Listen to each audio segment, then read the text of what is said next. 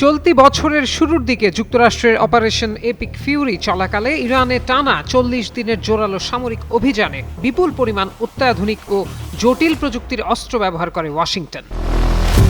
মার্কিন সরকারের দেয়া তথ্য অনুযায়ী এ যুদ্ধে এখন পর্যন্ত ব্যয় হয়েছে $৩,৭৫০ কোটি। এর সিংহভাগই খরচ হয়েছে গোলাবারুদ ও ক্ষেপণাস্ত্রের পেছনে।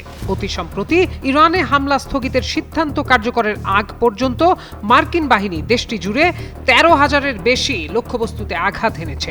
একই সময়ে মার্কিন আকাশ প্রতিরক্ষা ব্যবস্থা ইরানের ছোড়া ১,৭০০-এর বেশি ড্রোন ও ব্যালিস্টিক ক্ষেপণাস্ত্র প্রতিহত করেছে।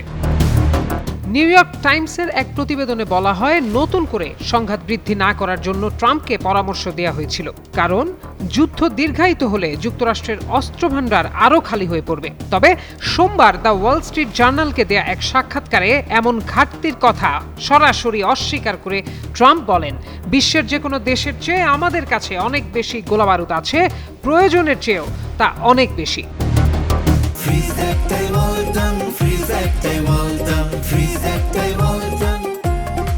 অথচ চলতি মাসের শুরুর দিকে যুক্তরাষ্ট্রের পেনসিলভেনিয়া ডিফেন্স অ্যান্ড ইনোভেশন সামিটে ট্রাম্প শীর্ষস্থানীয় কয়েকটি মার্কিন অস্ত্র নির্মাতা প্রতিষ্ঠানের উদ্দেশ্যে বলেন, আমাদের অস্ত্রের গুণগত মান বিশ্বের মধ্যে সেরা, তবে আমাদের কাজের গতি আরেকটু বাড়ানো দরকার, দ্রুত অস্ত্র তৈরি করুন। এদিকে গত সপ্তাহে মার্কিন প্রতিরক্ষা মন্ত্রী পিট হেগজেত বলেন, সামরিক সরঞ্জাম সহ জরুরি ঘাটতি মেটাতে পেন্টাগনের আরও $৮,৭০০ কোটি প্রয়োজন।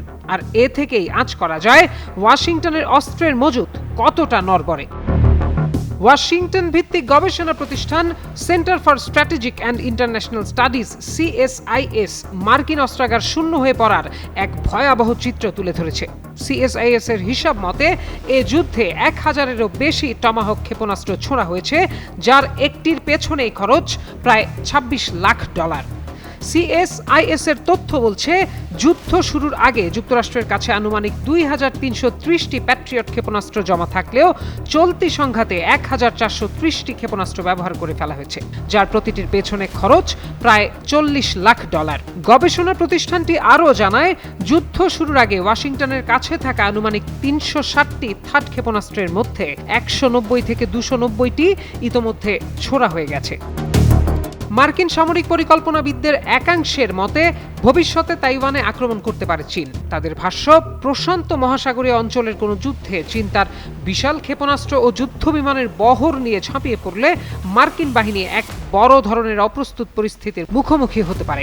অস্ত্রের ধারাবাহিক ব্যবহার মার্কিন বাহিনীকে ফেলতে পারে বড় ঝুঁকিতে, কারণ রাশিয়া, চীন কিংবা উত্তর কোরিয়ার মতো দেশগুলোর ব্যালিস্টিক ক্ষেপণাস্ত্রের হুমকি মোকাবিলায় নিজেদের অস্ত্র ভান্ডার সমৃদ্ধ রাখতে হবে যুক্তরাষ্ট্রকে।